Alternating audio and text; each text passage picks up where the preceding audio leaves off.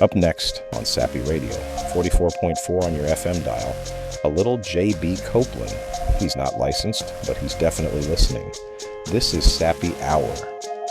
Welcome to Sappy Hour, brought to you by Intelligent Change. Betrayal can shake you. It really hurts. It can make you question yourself. It can make you question your path. And it can make you question your worth. And when enough things go wrong, you start to question if life is against you. Like all of it's against you.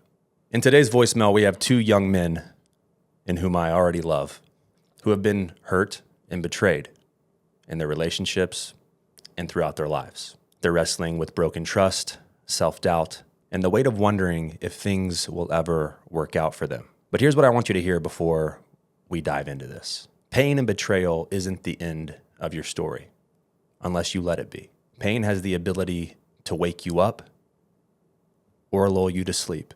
But what I believe and what we're going to be covering on this podcast is that pain and betrayal is here to give you the rocket fuel so that you can get to where you are supposed to go. So this episode is about turning those scars into new, amazing standards. It's about shifting from self-doubt to self-trust. And it's about realizing the world is not against you, but it sure as hell will not wait for you. We can sit in the pain forever, or we can take a long look in the mirror and wake up. Just like last week, I'm going to play both voicemails one after another, and then we're going to get into this. And I'm very excited. Let's get it. What's up, JB? Dude, I just want to give you a shout out, just say thank you for, your podcast, your books, your Instagram. That shit's been helping out so much, man. I'll try to make it quick. So I was in a 7-year relationship. I was in the military at the time, and she was in college. I left the military to help support her, chase her dream. Moved 2 different states for her, trying to support her through medical school, and was working full time, living with her, and she was in school full time, and I was just super depressed. And I let her know how I feel, and she actually decided she didn't love me anymore. And so flash forward about a year and a half later, I'm back living with my parents. I don't know, man, just feeling super lost, dude. Just starting over. I've lost a lot of my drive. Try to work on myself with a lot of the advice he's given me, and I even tried dating again, and found out yesterday the girl I've been seeing for a couple months ended up getting drunk and getting with another guy. So I don't know, dude. I just feel like I'm at that point in life where I'm the lover but never being loved. Really trying to love myself through all of this, but it's just tough, man. Any advice you got, I appreciate it. Thanks, JB. Hey, JB. I hope you're doing well whenever you hear this. I just kind of had a multi-tiered question, I guess. It's been almost a year now, and this girl I was with, I've been with her almost all my high school life. I moved to a new town freshman year, and I got to know her, and I also got to know my first friend here, who became my best friend of 5 years, and she became my girlfriend of 4 years. And me and her, we were on and off. We dated for about 2.5 years, and I wasn't mature enough to handle that. We drifted apart, and we got back together last summer. And then, from there, it just kind of felt like a fairy tale. But it ended abruptly when she went to college. I didn't really get any closure or explanation out of her. And I found out at my best friend's mom's wedding, which I attended and left early. She got with my best friend at the time, and she didn't have the guts to tell me. She made him come over and tell me, and I haven't talked to them since then. It's been a long journey, and it's been hard. There's a lot of questions, no closure. Like I said, haven't talked to either one of them, and it's just a level of betrayal I just don't know how to get through, I guess. I feel like I've done really good so far.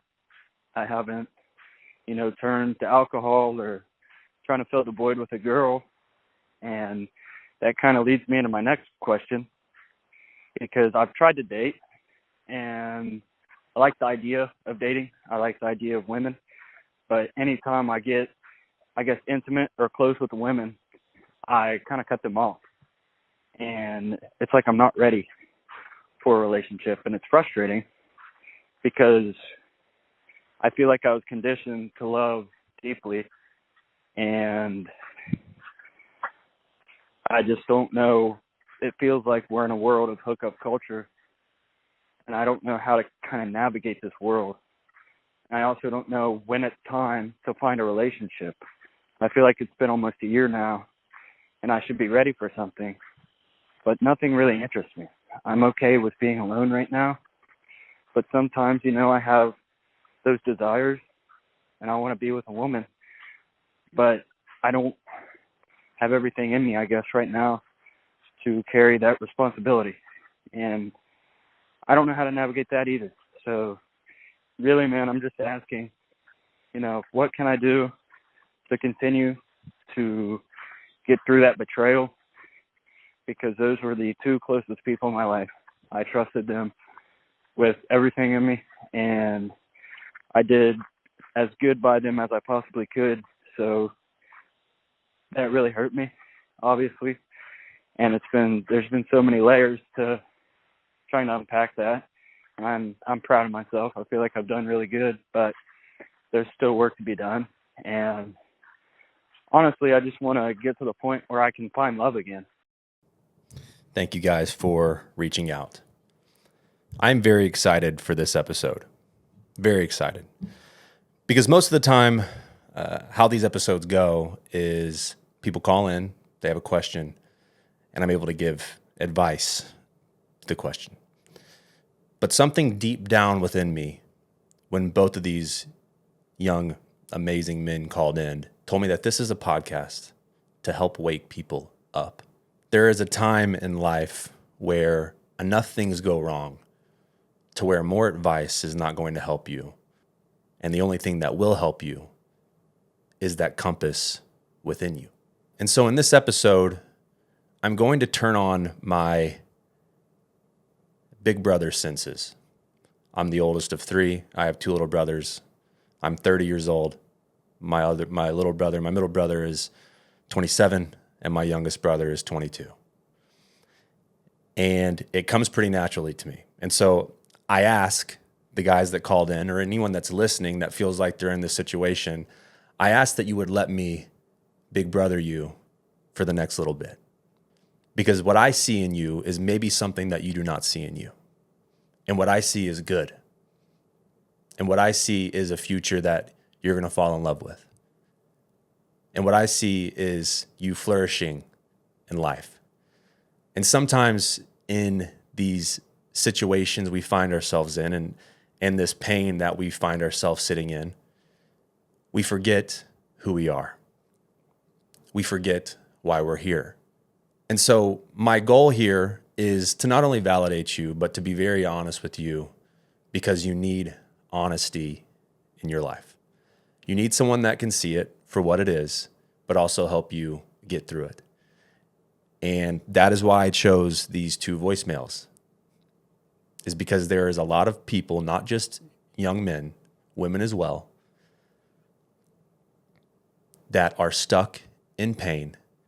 It's taken your sparkle, and you're just sitting in it, and things are continually not working out. So both of these voicemails were about relationships and betrayal, but this goes way deeper than that.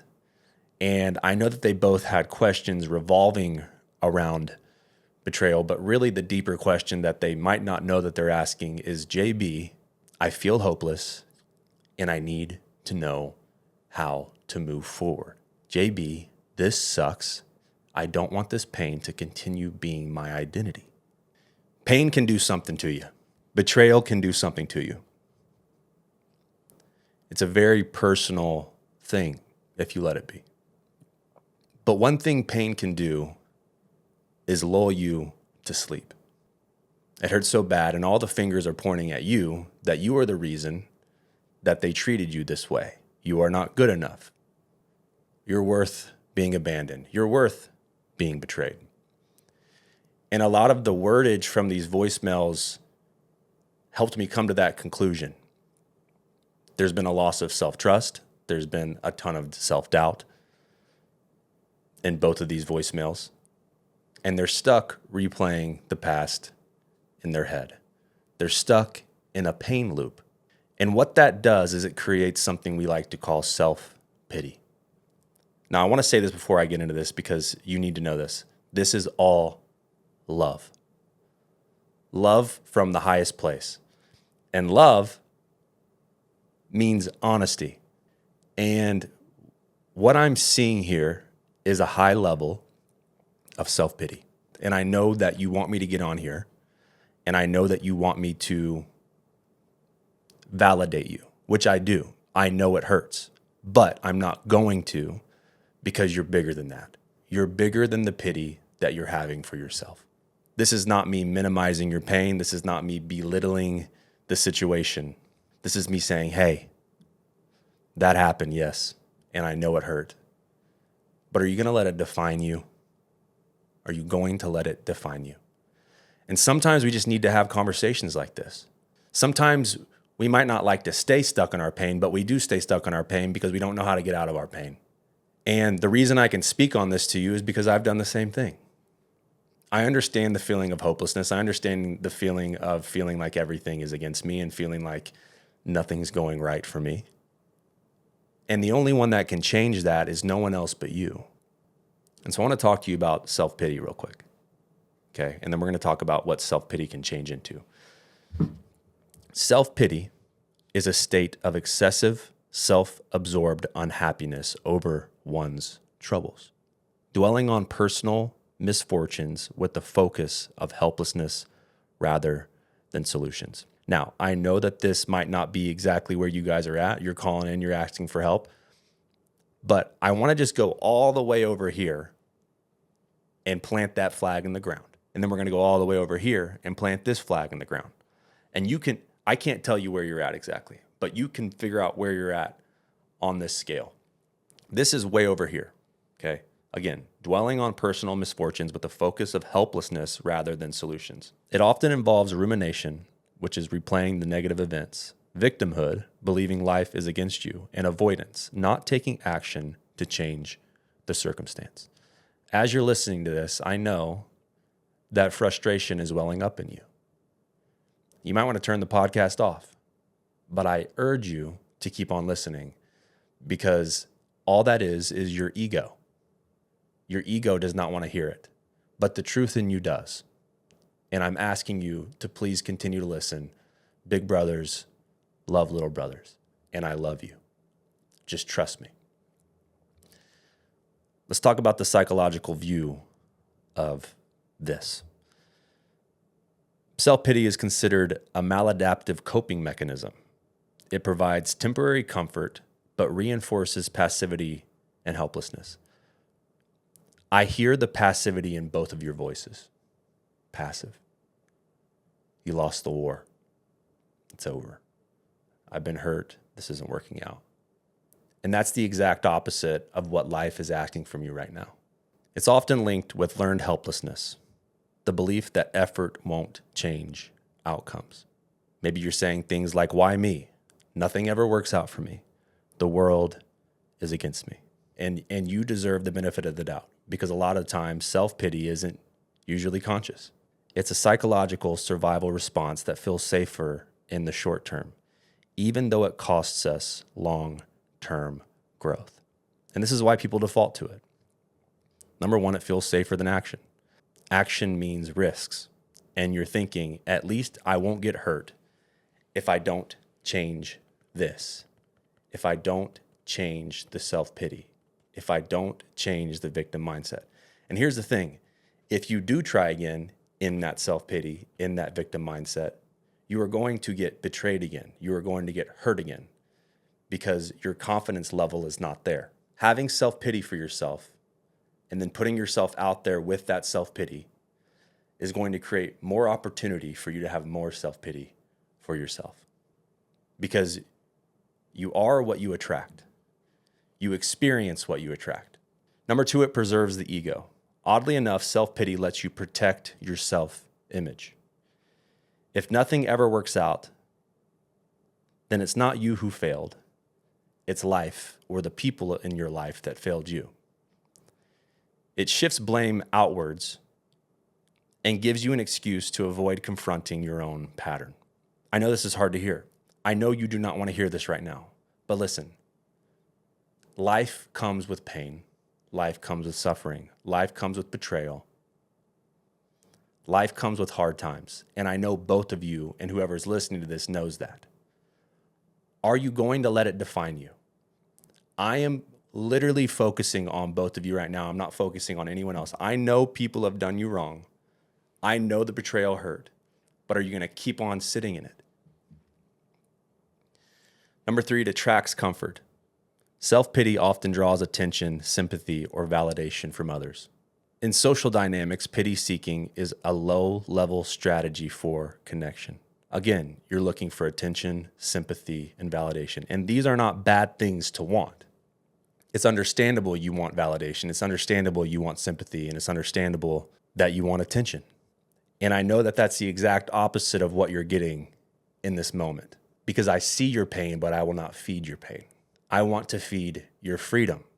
I want to feed the future you that's waiting for you to see who the hell you are, that's waiting for you to look in the mirror. The comfort that you're looking for is temporary, but the identity of being the hurt one sticks. And that is the identity that both of you are holding right now, the hurt one. You're letting it define you. Again, I'm planting the flag over here. You might not be everything that I'm saying. I don't want to scare you off. Until you work through this, until you stop seeing yourself as the hurt one, until you stop looking for attention and validation and sympathy, you will never experience here. You'll never experience the other side of this. You'll never experience the freedom of this. Again, I said pain can wake you up or it can lull you to sleep. And what's happened in this situation with both of you is that you've been lulled to sleep with your pain, and this is just how you see life. If you grew up in environments where disappointment was common, self-pity can feel normal. And I want to say that because, listen, I don't know your childhoods. I don't know your parents. I don't know your guardians. And this is a learned behavior. Self-pity is a learned behavior. The brain mistakes the familiar for the safe, even if it's destructive. This thought process and this identity that has captured you is destructive. God, I feel like I'm being a dick right now, and I'm sorry. But I wish I had someone to tell me this 3 years ago. Self-pity is sitting in the wreckage of your house after the storm and saying, why me? Let's talk about me, because I don't want to just point the finger. 3 years ago, my wife told me she was going to leave me unless I got help for addiction. And the self-pity was on a whole new level. And I had been hurt. I had been betrayed. I was trying to numb this pain, but that self-pity of that kept me from growing. It was my identity. And because of that, with the cycle of pain and the cycle of betrayal, what comes with that, with you not taking accountability for your own life, comes numbing. And I numbed. And that numbing created a disconnect between my wife and I, my family and I. My job was not doing good. I was not doing good in life. And I got to rehab on Father's Day of 2022. And my parents dropped me off. My wife dropped me off. I gave my wife a kiss. I gave her a hug. I gave my mom a hug. I gave my dad a hug. And was at the lowest level I've ever been in my life. Again, and the self-pity was all over me. They don't understand me. I've been hurt. I can't not do this. No one can help me. I'm hopeless. And, the first few weeks there were terrible. I was itching to leave. I was itching to get out of my skin. I just wanted to figure out how could I escape this? Because what was happening is I had to face myself for the first time ever. I had to face the pain within me for the first time ever. And I had to face that dragon within me. And it's crazy. And the thing that sucks about this is that I didn't give myself that drag, and I didn't give myself that pain. I received that just the same as you. I received that betrayal. I received that pain. And that pain then turned into something in me. And I had to make the decision, am I going to let this pain define me? Am I going to let this betrayal define me? Am I going to let these feelings define me? Or am I going to make a change and take accountability? And that is what I'm asking from you right now. It was July 4th. I'd been there for about, 2 weeks? It was the first July 4th in, 5-6 years that I hadn't been with my wife. At this rehab center, I was in the middle of the country. I was in Waxahachie, Texas. And I was at this rehab with about 20 other guys from all walks of life. There was a train conductor there. There was a college frat boy there. There was a high school senior there. There was a real estate broker there. There was a high school football coach there. And all of us were there. And because it was July 4th, the rehab was very nice that day. And they kind of just didn't make us do all of the scheduled things that we usually had, from group therapy to, workouts to that kind of stuff. And they kind of let us have a free day. And they ordered like a water slide bounce house thing because it was really hot in the summer. It was a summer that it didn't rain one time while I was there. I was there for almost 90 days. And so everyone was out there and eating hot dogs and stuff. And I was just wallowing. I was wallowing in all the hurt. And I was at a place to where I felt like my mind was in a place where these voicemails came from. I was in the same exact place as these guys were. And I said, fuck it. I'm just going to go back in the media room by myself and I'm going to watch a show. And I turned on a new show had just come out. It was called The Terminal List with Chris Pratt. And at that time I was dealing with like restless leg syndrome. I just was fucked. I was fucked, like truly. Again, I was fucked from my self-pity. And it was 10 episodes. And I started watching. And in it, and sometimes shows and movies and art and books or whatever can really speak to someone in their depths, the depths of their pain. And what happened, and if you don't want me to give, I don't want to ruin the show for anyone because it's like one of my favorite shows. I think season 2 is about to come out. But skip past this if you don't want to hear it. But pretty much what happens, I won't give it all away. Pretty much what happens is like Chris Pratt is the captain of this Navy SEAL team. And his whole team dies. And he's the only one that survives. And he's been gone for 6 months. And at that time, I needed to hear that because I had only been gone for 2 weeks and I was acting like the world was over. And he gets back home and there was a coup against him and his Navy SEAL team. And the people that were against him killed his wife and his daughter. I know that this does not happen in real life, but like things like this do happen, okay? And I started getting in my head and I was just like, damn, like, why am I acting? Why do I have so much self-pity? Like this guy, he's gone 6 months out of the year and then the rest he's training and he's doing all these crazy things and he's skydiving and he's in battle and all this stuff. And I'm over here acting like a little sad boy full of self-pity. And on top of that, his wife and his daughter were killed in this show. I know it's just a show, but I needed it. Well, this is where divine things come into the picture. I watched the whole series and like I was like starting to feel a bit more motivated. I needed that motivation in me. I needed something to connect with me in this time to where like I was trying to grasp onto something. I needed something to grasp onto to help me get through what I was going through at that time. I had to figure out how to combat that self-pity. I had to figure out how to combat this hardest time of my life, this hopelessness. I didn't feel like I had control. I didn't feel like I had choices. I felt like I just had to stay in this pain. Well, I come out of the media room. It's probably 6, 7 p.m.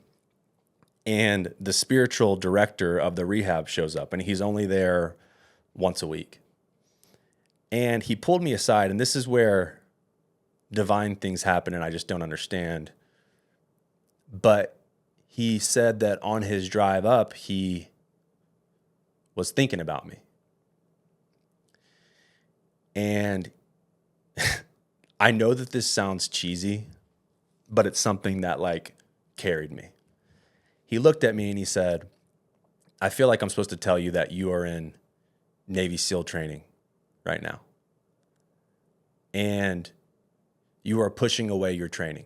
You're pushing away your purpose with your self-pity. And you're in a place to where you can only control what you can control, and you have to give what's out of your control to something bigger. And he didn't know I just watched a show about Navy SEALs. At least I don't think. And I realized in that moment that life was giving me all of the ingredients to become the person I was meant to be. But because I wouldn't get out of my pain, and I wouldn't stop having so much self-pity for myself, and I wanted that validation, and I wanted that sympathy, that I was completely disregarding the self-accountability. And I realized that I was actually, because of this betrayal, I was now betraying myself. I was uncoachable. I was unchangeable because I was stuck in the pain. And I was stuck in wanting sympathy. So that conversation happened, and I said, okay, it's been made very clear. And maybe hopefully this is your moment that I had. And I'm looking at you and I'm saying this. Life has given you every ingredient that you need. Pain being the main ingredient. Betrayal being the main ingredient. And you're not mixing it right. You have to add in some self-badass, please. And only you can add that ingredients of that self-badass. It's in you. That pain, that betrayal, yes, it hurts. I'm sorry that it hurts. You have my sympathy on that end, but you do not have my sympathy for you wallowing in it. You don't have my sympathy for your self-pity. And you're at a place now that you can only control what is in front of you. What are you going to do? Are you going to keep on sitting in the media room and let your legs shake because you got restless leg syndrome? Or are you going to get up and figure out what your environment needs to be so that you can grow? In that moment, I realized from here on out, I'll be the first to go in groups. I'm going to work out every single day, and I'm going to be the man that I know I'm supposed to be. I'm going to be who I need. I'm going to be the man and be the person that little me and future me would be proud of. And that is what I did. I wasn't perfect. I had a lot to learn. And there was a lot of surrendering that I had to do in those moments because pain just doesn't go away. You have to work through it. And so for the next 60 days, I got up, I meditated, I did what I had to do to get myself in a good mind frame. I started eating healthy. I started working out every day. I started going on walks, and on these walks, I would just surrender all of the fear that I had. I'd say, listen, I don't know what I'm surrendering to, but listen, I need whatever it is, something bigger than me, I need you to take it. I have no control over the situation. All I can control is me. All I can control is the decisions that I make on a day in and day out basis, on a minute to minute basis, on a second to second basis. This isn't performative. I just want to put myself in a good place. I want to get myself out of this self-pity. And I turned things into action. And there's a quote that I love that I lived by in those 90 days. And this is before I started Instagram. This is when I was at my lowest 3 years ago. 3 years ago, I got out of rehab. I think I got out on like August 22nd, 2022. It's August. I'm filming this and it's August 27th. 3 years ago. Had nothing. I had no money. Had nothing. And the quote that I love is, I will do the natural and I'll let God, or whatever it is that you believe, something bigger than you, something that you can have faith in outside of you, the universe, life, whatever, I'll let God do the supernatural. He can control the supernatural. It can control the supernatural. I will control the natural. I'm going to implement routines. I'm going to implement self-care. But I'm going to implement self-accountability. I'm not going to let myself wallow in this anymore.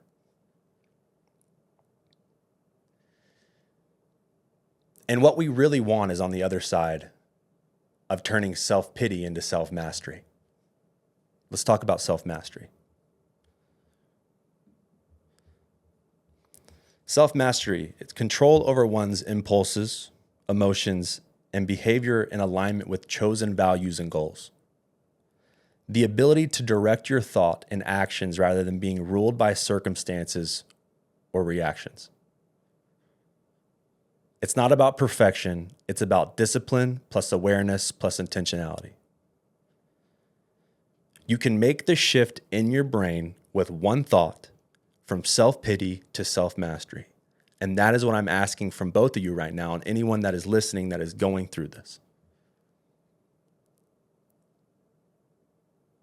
You don't have to pity yourself anymore.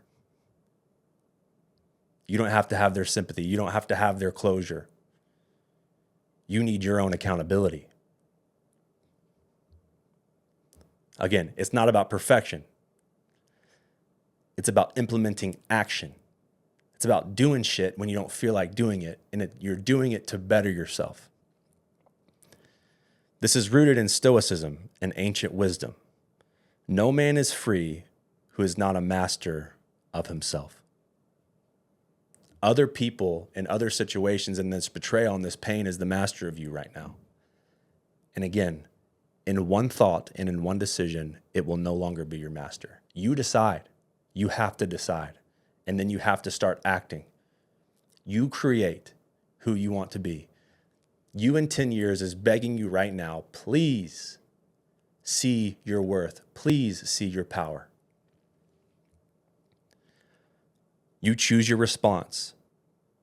Self-pity keeps you trapped in helplessness. Self-mastery is the key that unlocks your power. And here's the truth, is that you're not a victim. Doors just closed. The door just closed. This pain and that betrayal is a closed door. And when doors slam in your face, your job is not to sit there and knock and beg, not to sit there and have a pity party for yourself. Your job is not to sit there and try and force the door in. Your job is to walk away, find a mirror, and look at it, and realize that so many more doors are going to open once you stop calling yourself a victim. I got this book. It's written by my grandson, J.B. Copeland, and it's a pretty cool book. And it's got a lot of stories how to get your life right and how to think properly and be organized and not let the world get you down. That's really a good book. And I've been reading it, and I'm almost through, but I'm gonna keep reading it. Just pick up some stuff to help me go. Yeah, I'm 86 years old, but I'm still learning stuff, how to adjust to stuff in life. It doesn't matter how old you are. But this is a good book for every age, Sappy medium, and you can go online and order it. There's a post that I did. It says, when it comes to healing, we can become so self-centered. And when I say that, there does have to be a healthy choosing of self. And that's what I'm talking about right now. But there is a difference between self-alignment and self-absorption. And wallowing in your pain with self-pity is self-absorption. And we can become so self-absorbed by our insecurities that we miss the whole point. Self-absorption is when everything becomes about you, even when it's not.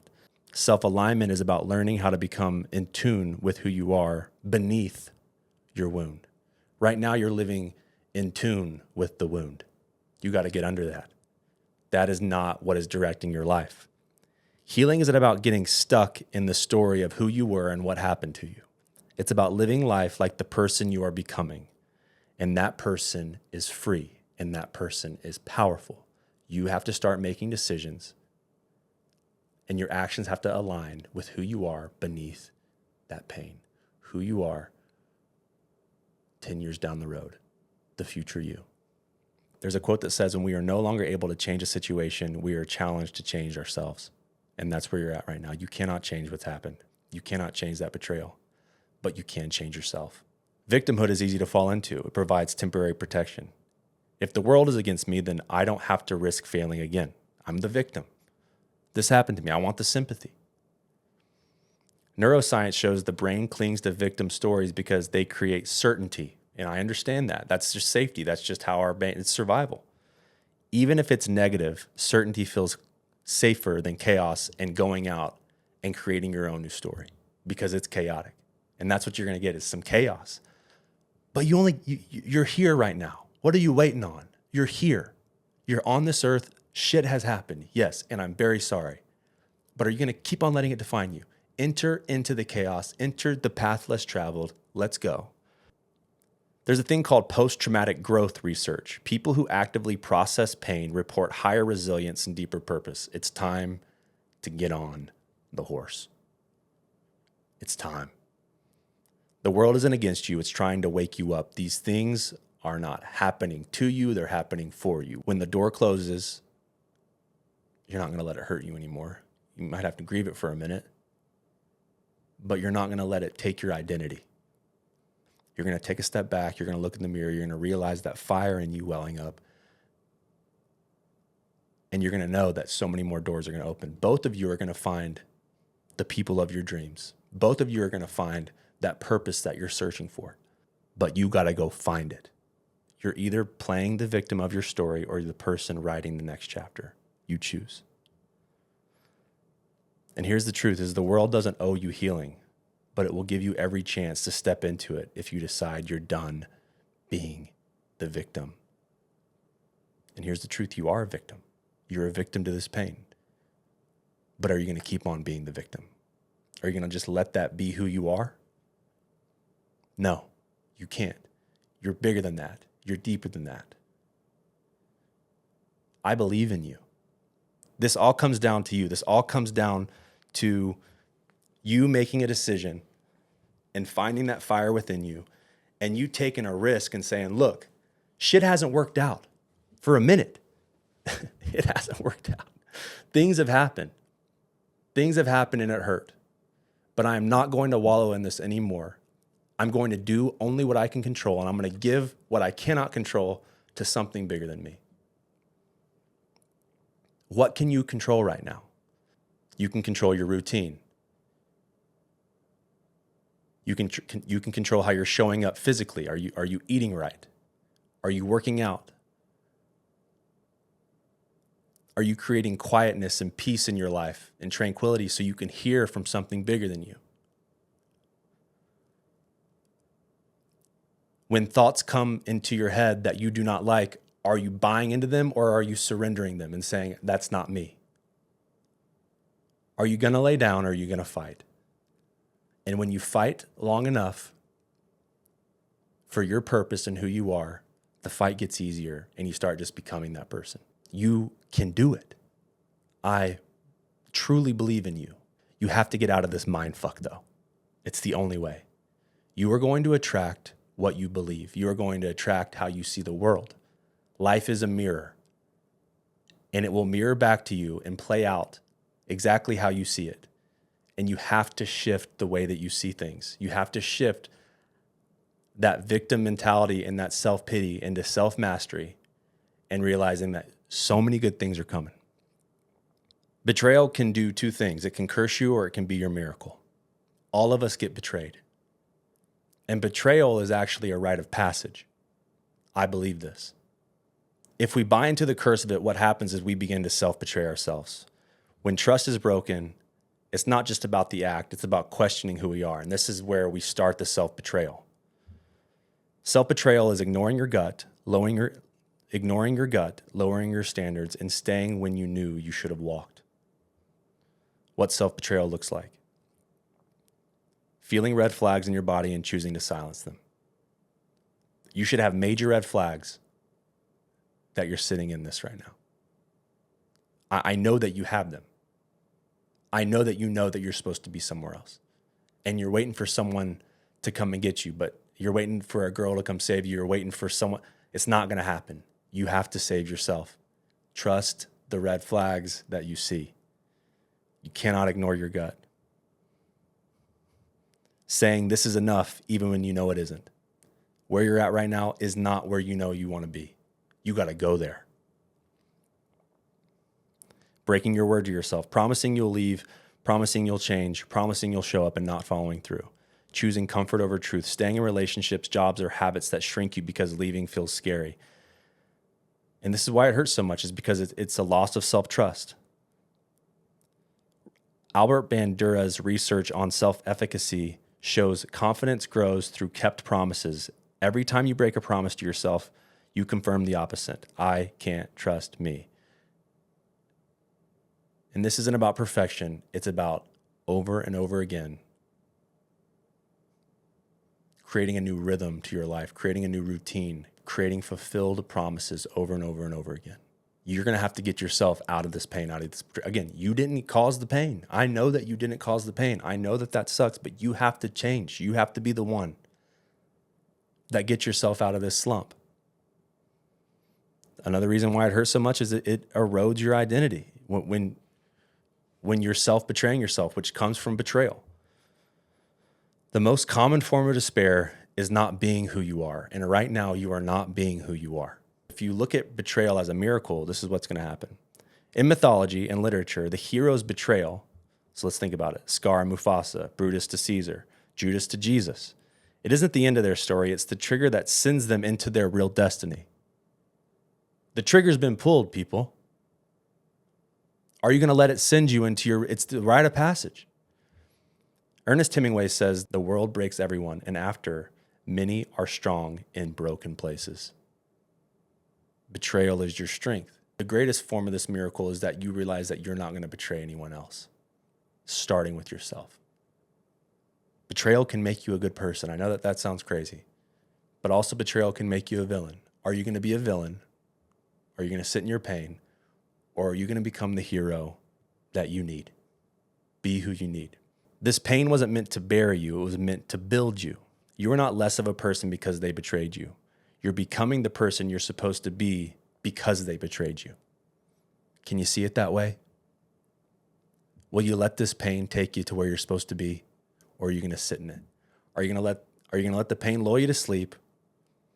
Or are you going to let it take you to where you're supposed to go?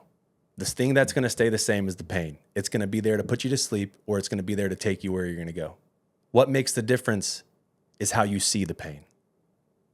See the pain as your purpose. You got to go through it.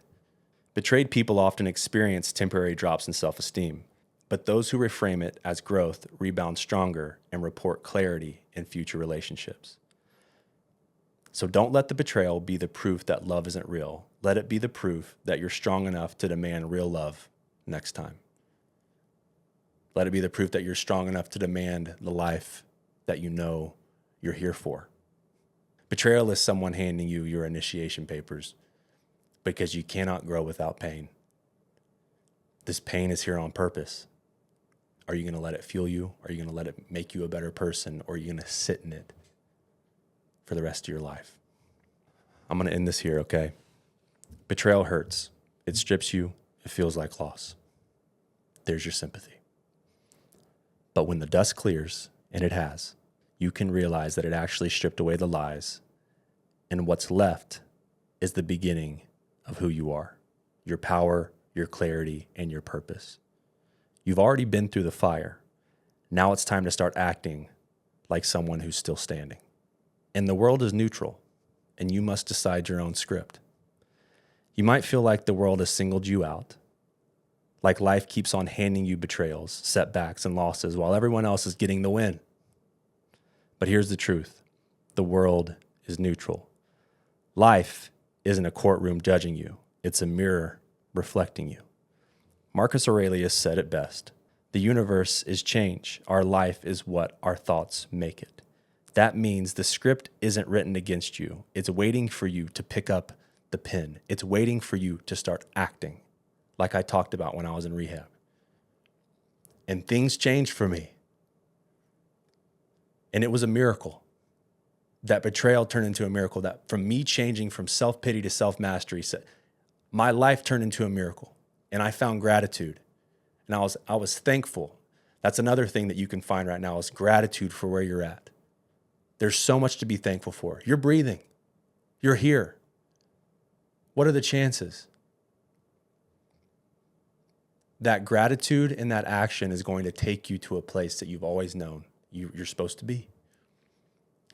And that's why you're in despair right now, is because your truth and your purpose is being ignored within the self-pity. And I'm telling you, the only way to get out of it is to start acting like the person that you know that you are. Cognitive behavioral therapy shows us this. The story you tell yourself on the inside shapes what you see on the outside. And this takes practice.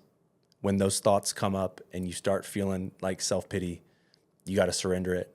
You got to remind yourself that isn't true, and you got to start acting in accordance with your truth. That is how confidence is built. That is how new neural pathways are built. This is just how it works. You're going to have to do some work up front. You're going to have to surrender up front. You're going to have to do what you can do up front and take control of your life. Take the reins and get out and do what you got to do. If you filter the world through bitterness, you'll keep finding bitterness. If you filter the world through self-pity, you're going to keep experiencing self-pity. If you approach it with gratitude and effort, you'll keep uncovering opportunity, and you'll keep seeing and reminding yourself of how amazing that you really are. So hear me on this. You can't sit in the bitterness and expect life to hand you blessings. You can't sit in the pain and sit in the pity and expect life to work out. That's not how this works. The energy you put out is the energy that you live in. And I'm asking you to change the energy, change your output. Change your output, and your life is going to change. I promise you. And everything that you're wanting, everything that you're hoping will change. The hopelessness that you feel right now is actually the beginning of a new hope. And what happens when you get into these places of being so hurt is it's time for a new identity to arise out of you, the truest identity. This pain strips you. It hurts. And you have to rebuild from ground up. And you'll build a lot faster than you think. And here's the final thing I want you to take with you today. The world isn't against you, but it sure as hell won't wait for you. You decide when to stop replaying the old story. You decide when to stop betraying yourself. You decide when to step out of the pity and into the mastery. From self-absorption to self-awakening. This pain can absorb you, or it can awaken the truth in you. This is your script now. What happens next is up to you. Trust yourself, be patient with yourself, but most importantly, be accountable to the future you. Love you guys.